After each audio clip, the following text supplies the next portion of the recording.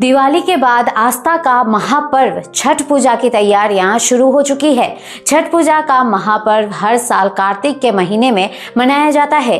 ये महापर्व कार्तिक मास के शुक्ल पक्ष की चतुर्थी तिथि से लेकर सप्तमी तिथि तक मनाया जाता है। छठ पूजा के महापर्व की शुरुआत नहाय खाए से होती है और उगते सूर्य को अर्घ्य देने के साथ ही इस पर्व का समापन हो जाता है।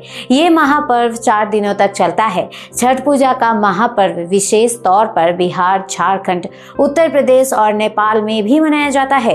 इस बार छठ पूजा की शुरुआत 25 अक्टूबर 2025 से हो रही है। इस महापर्व का समापन 28 अक्टूबर 2025 को होगा। 25 अक्टूबर को नहाय खाए के साथ इस महापर्व की शुरुआत होगी। दूसरे दिन यानी 26 अक्टूबर को खरना होगा। फिर तीसरे दिन 27 अक्टूबर को अस्ताचलगामी यानी डूबते सूर्य को अर्घ्य दिया जाएगा। छठ पूजा के चौथे दिन यानी आखिरी दिन 28 अक्टूबर को उदयागामी सूर्य को अर्घ्य दिया जाएगा। इसी के साथ ये महापर्व समाप्त हो जाएगा। ज्योतिषों की माने तो कार्तिक मास की शुक्ल पक्ष की षष्ठी तिथि यानी छठ पूजा पर दुर्लभ रवि योग समेत कई शुभ योग निर्मित हो रहे हैं। इन योग में जो भी व्रती सूर्य देव और छठी मैया की पूजा करेगी उसको दोगुना फल प्राप्त होगा। आइए छठ पूजा पर बनने वाली शुभ योग के बारे में जानते हैं।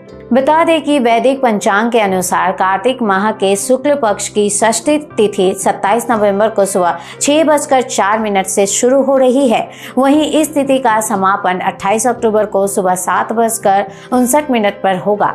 इसके बाद सप्तमी तिथि शुरू होगी। वहीं ज्योतिषों के अनुसार छठ पूजा के दिन सुकर्मा और रवि योग बन रहा है। रवि योग का संयोग देर रात 10:46 तक रहेगा। इसके साथ ही सुकर्मा योग का संयोग पूरी रात रहेगा।